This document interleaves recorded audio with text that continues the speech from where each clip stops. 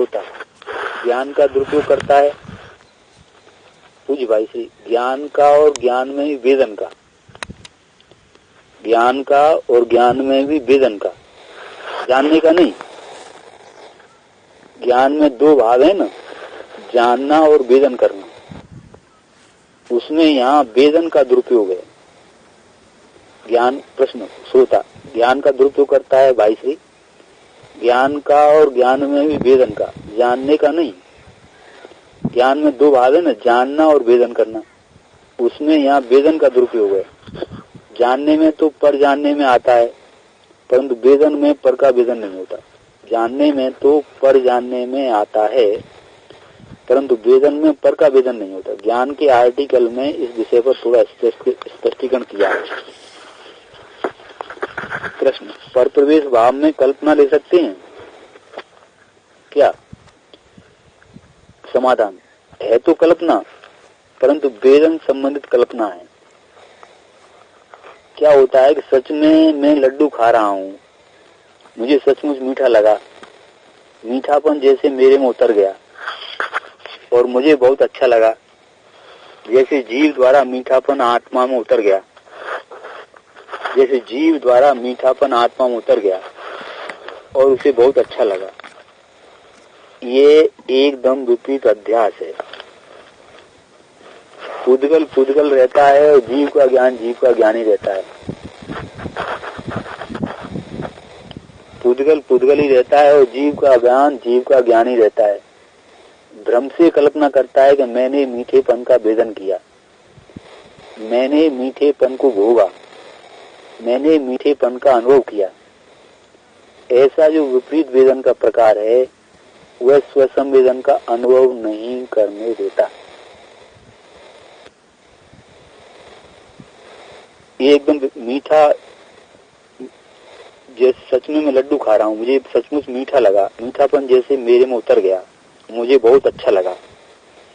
जैसे जीव द्वारा मीठापन आत्मा में उतर गया और उसे बहुत अच्छा लगा। ये एकदम विपरीत अभ्यास है, अध्यास है। पुद्गल पुद्गल रहता है, जीव का ज्ञान जीव का ज्ञानी रहता है।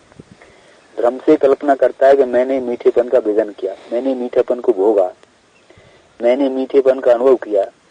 ऐसा जो विपरीत वेदन का प्रकार है वह स्वसंवेदन का अनुभव नहीं करने देता।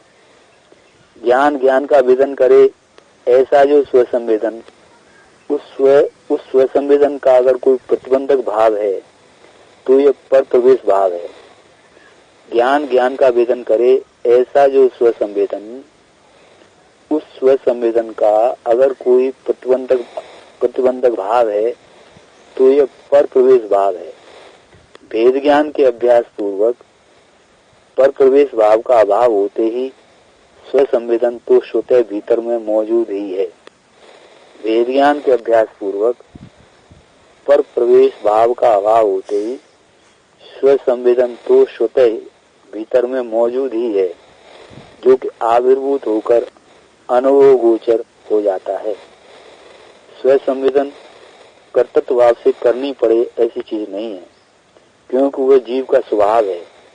हालांकि ज्ञान अपने वेदक भाव का त्याग कर ही नहीं सकता, हालांकि ज्ञान अपने वेदक भाव का त्याग कर ही नहीं सकता, परंतु पर वेदन के अभ्यास में, अध्यास में और उसके लक्ष्य में रहे जीव को वहाँ अंधेरा लगता है।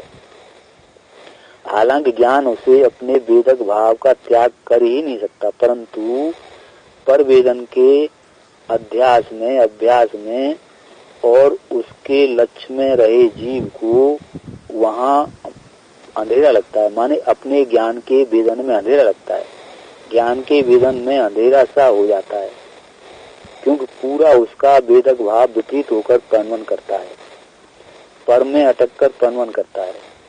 ज्ञान के वेदन में अंधेरा सा हो जाता है, क्योंकि पूरा उसका वेदक भाव विपरीत होकर तन्वन करता है। बहुत सुंदर बात कहते हैं, क्योंकि पूरा उसका वेदक भाव विपरीत होकर तन्वन करता है, परम में अटक कर तन्वन करता है।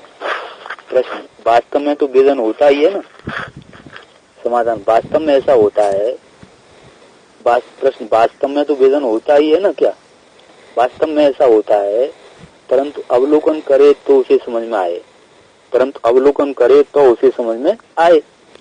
यहाँ क्या है कि पर प्रवेश भाव को भी अवलोकन में लेना,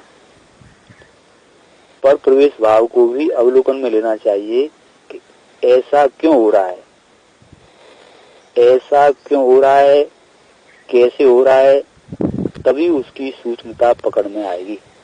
उसकी सूक्ष्मता पकड़ में आते ही रस तो वहाँ टूट जाएगा, वरना वैसे तो परवेदन में तीव्र रस रहता ही है। बहुत सुंदर बात।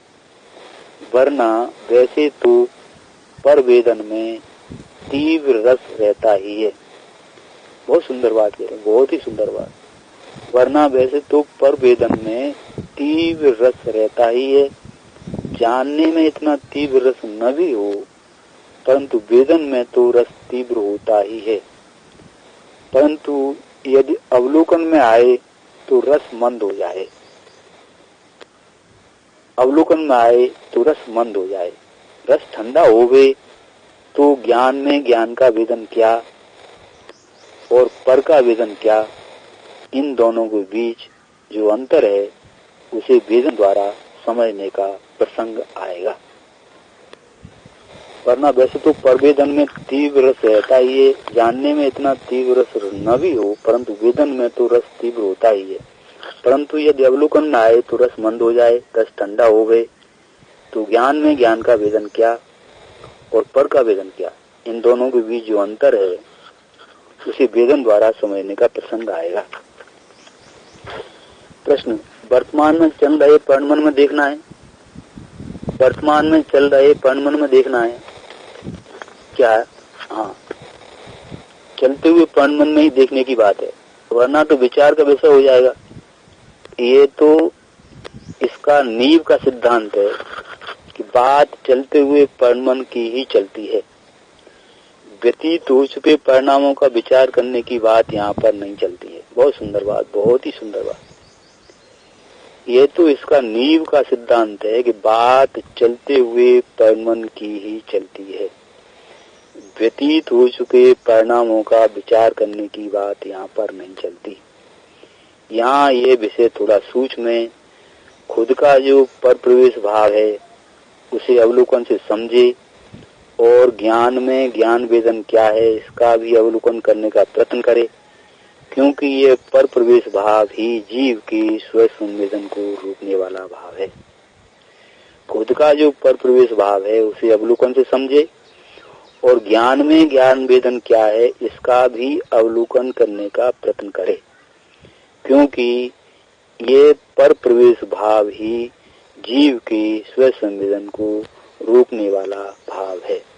इस प्रकार भेद ज्ञान के पूर्वाभ्यास से मालूम पड़ता है, इस प्रकार भेद ज्ञान के पूर्व अभ्यास से मालूम पड़ता है कोई परगेय रागादि प्रभाव भी वास्तव में वह परगेय में जाता है, मेरे पर ज्ञान पर किंचित मास असर नहीं पहुंचा सकता है। इस प्रकार भेद ज्ञान के पूर्व के अभ्यास से मालूम पड़ता है कोई भी परगेय रागादि प्रभाव भी वास्तव में वो परगेय में जाता है, मेरे पर ज्ञान पर किंचित मात्र असर नहीं पहुंचा सकता है। अब क्या है कि ज्ञान में कोई विकृति नहीं ला सकता है, अब क्या है कि ज्ञान में कोई विकृति नहीं ला सकता है, कोई गेय या कोई विभाव ज्ञान में विकृति नहीं ला सकता। ज्ञान तो हमेशा ज्ञान ही रहता है। ज्ञान मिटकर अन्यथा हो जाए ऐसा कभी नहीं बनता। कोई गेय या कोई भी विभाव ज्ञान में विकृति नहीं ला सकता। ज्ञान तो हमेशा ज्ञान ही रहता है। ज्ञान मिटकर अन्यथा हो जाए ऐसा कभी नहीं बनता। गेय का प्रतिबिंब अवश्य ग्रहण करता है, गेय का प्रतिबिंब अवश्य ग्रहण करता है, फिर भी वह ग्रहण करने वाला भाव वह ज्ञान ही है, गेय नहीं है। गेय का प्रतिबिंब अवश्य ग्रहण करता है, फिर भी वह ग्रहण करने वाला भाव वह ज्ञान ही है, गेय नहीं है। इतना ही नहीं, वह ग्रहण करने वाला भाव ज्ञान की स्वच्छता व ज्ञान का धर्म होने से वह विकृति भी नहीं है। इतना ही नहीं, वह ग्रहण करने वाला भाव ज्ञान की स्वच्छता व ज्ञान का धर्म होने से वह विकृति भी नहीं है। ज्ञान में गेय का प्रतिबिंब उठना वह ज्ञान की विकृति नहीं है, वह ज्ञान की आकृति है, विकृति नहीं है। ज्ञान में ज्ञेय का प्रतिबिंब उठना वो ज्ञान की विकृति नहीं है, वो ज्ञान की आकृति है, विकृति नहीं है। वह ज्ञेयाकार ज्ञान है तो वह ज्ञान ही है। वह ज्ञेयाकार ज्ञान है वह ज्ञेयाकार ज्ञान है तो वह ज्ञान ही है। आकृति को मुख्य न करे तो वो ज्ञान ही है। आकृति को मुख्य न करे तो ज्ञान ही है। बस ज्ञान में तो ज्ञान ही है। बस ज्ञान में तो ज्ञान ही है। ज्ञान में ज्ञान ही मालूम पड़ता है। ये कहने के पीछे आकृति को गौण करने का हेतु है। इसी लीजिए गुरुदेव श्री का वचन आता है ना, समय सार में आता है कि ज्ञान में ज्ञान ही मालूम होता है। समय सार कलश 271 नंबर के श्लोक में ले जाए ना कि ज्ञान ही ज्ञेय है, अन्य ज्ञेय है तो उसका ज्ञेय नहीं है। वास्तव में तो ज्ञान ही ज्ञान का ज्ञेय है। इसका मतलब क्या हुआ कि अन्य ज्ञेयों की उपस्थिति होने पर भी और जानने में आते हों फिर भी इतने गौण हो जाते हैं कि मुझे ज्ञेय जानने में नहीं आता, मुझे ज्ञान ही जानने में आता है, ऐसा कहना चाहते हैं। ज्ञान ही ज्ञेय है, अन्य ज्ञेय है तो उसका ज्ञेय नहीं है। वास्तव में तो ज्ञान ही ज्ञान का ज्ञेय है।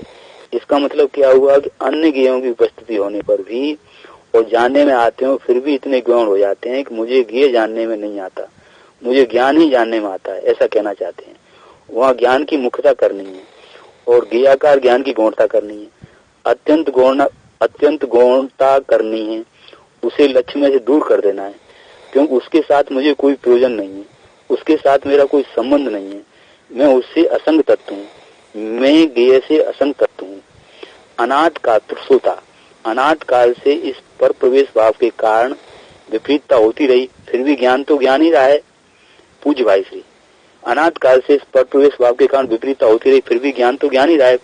श्रोता पूज्य भाई श्री, ज्ञान तो एक ऐसा अभेद किला है कि जिसको कोई भेद नहीं सकता।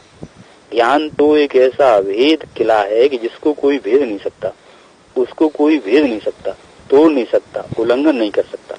समय सार के निराधिकार में दृष्टांत आता है कि वैद्य जो है वह जहर खा ले तो भी नहीं मरता, उल्टा अपने रोग को उससे मिटाता है।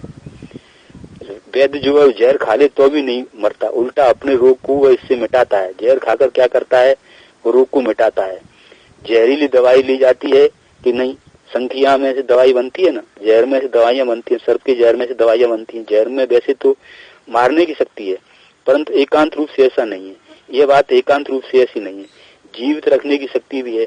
जहर जहर का घातक है, तो जिसको जहर चढ़ गया हो उसको जहर उतारने के लिए उसका घातक जहर दिया जाए, तब जहर ही जहर को विपरीत जीवित रखता है। वह तो जीवित रखता है, मारता नहीं। ऐसा हुआ कि नहीं? वैसे कर्म के उदय में सामान्यतया नया कर्म बंधन होने का निमित्त रूप धर्म रहा है। वैसे कर्म के उदय में सामान्यतया नया कर्म बंधन होने का निमित्त रूप धर्म रहा है, उपादान धर्म नहीं। मिथ्वात प्रकृति का उदय हो तो मिथ्वात होता ही है। कुछ एक प्रकृतियां ऐसी हैं जिसके उदय में अविनाभावी रूप से सामने दर्शन मोह का भाव होता ही है। इसलिए उपशम के काल में सम्य दर्शन होता है, उदय के काल में नहीं होता। सम्य दर्शन है वो दर्शन मोह की कर्म प्रकृति का, मिथ्वात कर्म प्रकृति का अनुदय परिणाम है, उदय परिणाम नहीं है। सम्य दर्शन है वो दर्शन मोह की कर्म प्रकृति का, मिथ्वात कर्म प्रकृति का अनुदय परिणाम है, उदय परिणाम नहीं है, उदय भाव नहीं है, अनुदय भाव है। सम्यक दर्शन उदय भाव में नहीं जाता, उपशम भाव में जाता है। वहाँ समय सार में ऐसा लिया कि सम्यक दृष्टि का दर्शन मोह तो गया, लेकिन चाहे तो मोह बस भी नया बंद हुआ कि नहीं होगा। तो कहते हैं कर्म के उदय में कर्म प्रकृति में नया बंद करने का धर्म जरूर है, परंतु किसको? जिसको इसकी भिन्नता का ज्ञान न हो, उसको। जो इससे भिन्न रहता है या वहाँ जो हे बुद्धि से बढ़ता है, उसने कर्म के उदय की कर्म बंद करने की शक्ति को नष्ट कर दिया। जैसे जहर को मारने की शक्ति नष्ट कर दी है, वैसे कर्म के उदय की नया बंद करने की शक्ति का उसने घात कर दिया है। वह ऐसी बात ली है, शैली कैसी ली है, वैसे ज्ञान को कोई विकृत नहीं कर सकता, ऐसे यहाँ ले जाए। भेद ज्ञान के पूर्व अभ्यास से, यानी कि अपने ज्ञान की बारंबार जांच करने से खुद को मालूम पड़ता है मतलब अनुभव ज्ञान से समझ में आता है कि कोई परगे रागादि भाव प्रभाव भी वास्तव में मेरे पर ज्ञान पर किंचित मात्र असर नहीं पहुंचा सकता है। मेरे पर माने ज्ञान पर किंचित मात्र भी असर नहीं पहुंचा सकता है। मेरे पर माने ज्ञान पर किंचित मात्र भी असर नहीं पहुंच सकता है। ज्ञान निर्लेप रहता है, ऐसा कहना है। ज्ञान सदा निर्लेप रहता है, लिप्त नहीं होता। अनंत काल से मैंने पर पदार्थ का अनुभव किया है, ऐसी मानता रखी। अनेक प्रकार के पर पदार्थ का मैंने अनुभव किया है, अनंत काल से मैंने पर पदार्थ का अनुभव किया, ऐसी मानता रखी है। अर्थात अनेक प्रकार के पर पदार्थ का मैंने अनुभव किया है, ऐसा मान रखा है। अनंत काल से अनंत पदार्थों का मैंने अनुभव किया है, ऐसा मान रखा है, वो असत्य है। इस आत्मा को किसी भी पदार्थ का अनुभव नहीं हुआ, सिर्फ जानने में आए हैं। शक्कर मीठी है, ऐसा आत्मा ने जब जाना तब आत्मा मीठा नहीं हो गया। ज्ञान कभी मीठा नहीं हुआ, हो सकता भी नहीं। इस आत्मा को किसी भी पदार्थ का अनुभव नहीं हुआ, सिर्फ जानने में आए हैं। शक्कर मीठी है, ऐसा आत्मा ने जब जाना तब आत्मा मीठा नहीं हो गया। ज्ञान कभी मीठा नहीं हुआ, हो सकता भी नहीं। प्रश्न, प्रयोग की शुरुआत में ऐसा नक्की करता है क्या? हाँ, प्रयोग की शुरुआत में नक्की होता है। प्रयोग से यह नक्की होता है, नरक में तीव्र ठंड के क्षेत्र हैं, तीव्र गर्मी के क्षेत्र भी हैं। वहाँ की गर्मी एक कण भी यहाँ आ जाए तो हजारों मील में सब नाश हो जाए, मृत्यु हो जाए, प्राणियों की मृत्यु हो जाए, एवं मनुष्यों के प्राण छूट जाए। एक कण यहाँ आ जाए तो भी 10-10 हजार मील तक सारा विनाश हो जाए। फिर भी वहाँ जो आत्मा है, उनकी आत्मा का ज्ञान बिल्कुल ऊष्ण नहीं होता। जो दुखी होते हैं उसमें मुझे गर्मी लगती है, इसका दुख है। गुरुदेव जी के प्रवचन में बात आती है कि नरक में दुख किसका है? ये मेरा उदय है, इसका दुख है। दुख किसको होता है? जिसको मेरा उदय भाषित होता है उसको। वास्तव में जीव को उदय है ही नहीं, वास्तव में जीव को उदय है ही नहीं। ज्ञान तो केवल जानता ही है, ज्ञान तो केवल जानता ही है। वहीं पर मौजूद सम्यदृष्टि जीव सुखी है, दुख का अनुभव नहीं करते, सुख का अनुभव करते हैं। ये मुझे नहीं हो रहा है, मुझे मालूम जरूर होता है, परंतु वह मुझे नहीं होता है, मुझे स्पर्श नहीं कर सकता, ऐसा अनुभव करते हैं। मुझे स्पर्श नहीं कर सकता, ये ठंड या गर्मी, ये दुर्गंध मुझे स्पर्श नहीं कर सकते। मैं निर्लेप रहता हूँ, मैं निर्लेप रहता हूँ। प्रश्न, गर्मी से मुझे जलन हुई, ऐसा सिर्फ जानना, वेदन में नहीं आना, दो में क्या अंतर है? गर्मी से मुझे जलन हुई, ऐसा सिर्फ जानना, वेदन में नहीं आना, दो में क्या अंतर है? समाधान, गर्मी से उष्णता का ज्ञान होता है, जलता हूँ ऐसे नहीं मालूम होता। गर्मी में जलन पैदा करे ऐसी उष्णता है, गर्मी में जलन पैदा करे ऐसी उष्णता है, तीव्र उष्णता है, ऐसा मालूम होगा। परंतु ज्ञान न तो जलता है न तो दग्ध होता है, ना ही उस पर कोई जलने का दाग लगता है, न तो ज्ञान की राख होती है। दाग होता है ना, ज्ञान को क्या गर्मी का दाग लग जाता है क्या? या ज्ञान की राख होती है क्या? ज्ञान जलकर क्या हो जाए? ज्ञान को कुछ हो ही नहीं सकता। ज्ञान तत्व आत्मा ऐसा ही कोई अनंत सामर्थ्यवान तत्व है कि उसको कुछ नहीं हो सकता। ज्ञान तत्व आत्मा ऐसा ही कोई अनंत सामर्थ्यवान तत्व है कि उसको कुछ हो नहीं हो सकता। 33 सागर मतलब अरबों के अरबों साल ऐसे क्षेत्र में आत्मा रहे तो भी वैसा का वैसा रहता है। अपने सामर्थ्य में, अपने प्रदेश में कहीं पर भी जीव को नुकसान हो जाए या कुछ और हो जाए, ये वस्तु स्थिति नहीं है, ऐसा बन नहीं सकता। ऐसा अखंड, अभेद, अच्छेद, अभेद किला हुए है जिसको भेदा नहीं जा सकता, छेदा नहीं जा सकता। अनंत काल से मैंने पर पदार्थ का अनुभव किया है, ऐसी मानता रखी है, वो असत्य है। अनंत काल से रागादि भावों के असर में अनेक विध विकारी भाव रूप अपने को अनुभव करके, यानी मैं पने अनुभव करके, प्रगाढ़ रस वाले विकारी परिणाम के बीच रहने के बावजूद भी मेरा ज्ञान स्वरूप आत्मा सदा निर्लेप ही रहा है। अनंत काल से मैंने पर पदार्थ का अनुभव किया है, ऐसी मानता रखी है, यह सत्य है, वो असत्य है। अनंत काल से रागादि भावों के असर में अनेक विध विकारी भाव रूप अपने को अनुभव करके, यानी मैं पने अनुभव करके, प्रगाढ़ रस वाले विकारी परिणाम के बीच रहने के बावजूद भी मेरा ज्ञान स्वरूप सदा निर्लेप ही रहा है। यह निर्लेपता उसको समझ में आती है। जब वह अपने ज्ञान तत्व को अवलोकन में लेता है तब उसे समझ में आता है कि भूतकाल में गड़बड़ बहुत हो गई, काफी रस ले लिया, पर पदार्थ संबंधित तीव्र से तीव्रतम रस को गाढ़ किया, तीव्र से तीव्रतम रस लिया, फिर भी ज्ञान तो ज्ञान ही रहा है, ज्ञान तो कोरा का कोरा ही रहा है। ज्ञान में किसी की मिलावट नहीं हो सकती। कल्पनाएं बहुत की, बहुत से झूठ का भेदन किया, उल्टा अनुभव बहुत तीव्रता से किया, तो भी ज्ञान ज्ञान रूप ही रहा है। ये वस्तु की सुंदरता है। मेरा ज्ञान स्वरूप सदा ज्ञान स्वरूप ही रहा है, निर्लेप ही रहा है। अगर मोक्षार्थ की विशेष प्रकार की पात्रता बरतता हो और स्वहित में उत्साहित वीर से बरते हुए प्रत्येक कार्य में, प्रत्येक प्रसंग में, उपयोग में ज्ञान की व्यापकता को अवलोकता हो तो स्वयं ज्ञान मात्र रूप भिन्न बाधित होता है। अपनी भिन्नता उसे बाधित होती है। पहले उसको जुदाई बाधित होती है, पर पदार्थ को जानते ही उसके साथ जो एक में एक हो जाता था, तो अब व्याप्ति को देखते हुए उसे ऐसा लगा कि नहीं, मैं भिन्न रहता हूँ, मेरा ज्ञान तत्व कहीं एक में एक नहीं होता, कहीं उसकी व्याप्ति नहीं होती, और न तो मेरे ज्ञान पर किसी का असर होता है। इस प्रकार ज्ञान मात्र पने का अभ्यास वृद्धिगत होने से ज्ञान मात्र में ज्ञान मेदन भासमान होता है। इस प्रकार ज्ञान मात्र पने का अभ्यास वृद्धिगत होने से ज्ञान मात्र में ज्ञान मेदन भासमान होता है। अगर मोक्षार्थ जीव विशेष प्रकार की पात्रता बरतता हो और स्वहित में उत्साहित वीर से बरतते हुए प्रत्येक कार्य में, प्रत्येक प्रसंग में, उपयोग में ज्ञान की व्यापकता को अवलोकता हो, तो स्वयं ज्ञान मात्र रूप भिन्न भाषित होता है। अपनी भिन्नता उसे भाषित होती है। पहले उसकी जुदाई भाषित होती है, पर पदार्थ को जानते ही उसके साथ जो एक में एक हो जाता था, तो अब व्याप्ति को देखते हुए उसे ऐसा लगा कि नहीं, मैं भिन्न रहता हूँ, मेरा ज्ञान तत्व कहीं एक में एक नहीं होता है, कहीं उसकी व्याप्ति नहीं होती है, और न तो मेरे ज्ञान पर किसी का असर होता है। इस प्रकार ज्ञान मात्र पने का अभ्यास